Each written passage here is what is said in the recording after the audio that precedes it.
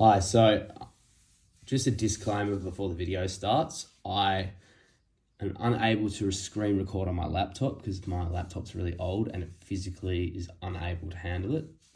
So I've had to revert to using my phone in a shoe to mount. So I'm very aware that the quality is not great and I'm really apologetic about it, but it's the only option I have at the moment. So now that's out of the way, I'd like to talk about my two favorite Microsoft 365 applications and why I think all teachers should be using these more regularly. So firstly, we have OneNote and PowerPoint. I'm going to talk about OneNote first. So I've opened up a fresh OneNote page, and why OneNote was actually created by Microsoft is it provides a single place to keep all of your notes, research, planning and information in one space, and you can clearly organize it. And some other apps we have on the market at the moment that you may have heard of are Evernote and Google Keep. So with our OneNote, mostly people use this to actually just take notes, note taking, people at university or even students in ATAR, etc. But how I actually like to use it is I like to use it to lesson plan. I like to have it as a space that I can refer to every day and that students access at the start of every lesson. So what I mean by this is you can actually organize it into weeks and days. So let's start with our Year 8 biology class. So what we can do now is we can add a page below and we'll call this week 1. So we've just started. And we can make that we right click and we make a sub page here. If you can see that, make a sub page. And then we can add another page. We go below week 1 and then we can make this a sub page of week 1. So what we do now is go lesson 1, Monday. So we now have a space that students can refer to at the start of every lesson.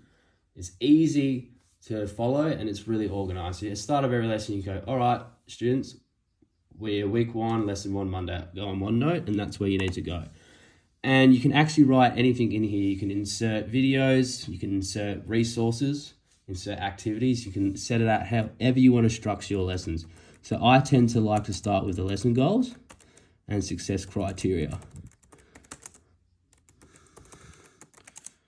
So I start with that and then I move into a recap and then I just structure my lessons, activity 1, activity 2. And this is the best way to keep students accountable and they can follow and they always know what they need to do. And this is really good as well because you can share it with all the students and you can even email to parents if they want to see what work their students are doing. And one other thing I really like about OneNote is keeping this structure intact is that, say if you're off sick or something, you have a good reference point for a relief teacher to take over and seamlessly just fit in while you're off. So there's heaps of other things we can add in here. We can even draw pictures and you can even add in recordings of yourself. So that's our OneNote. I'm going to start talking about PowerPoint. So with our PowerPoint, we know lots about PowerPoint. Everyone uses it.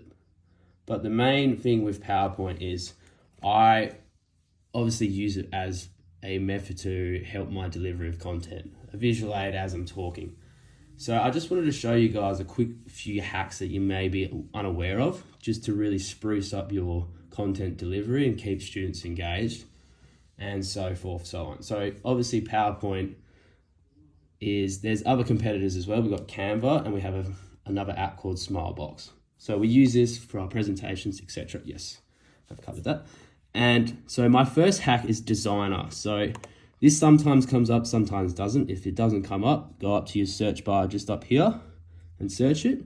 But what this is really good for is, say if I write skeletal system, it was just loading now.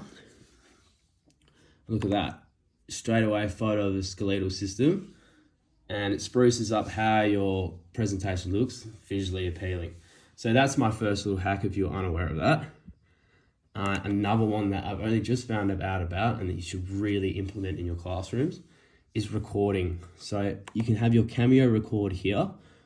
You go to record up here and then Cameo, go on this slide. And what you can actually do is record your voice over it and actually put a video of yourself as well.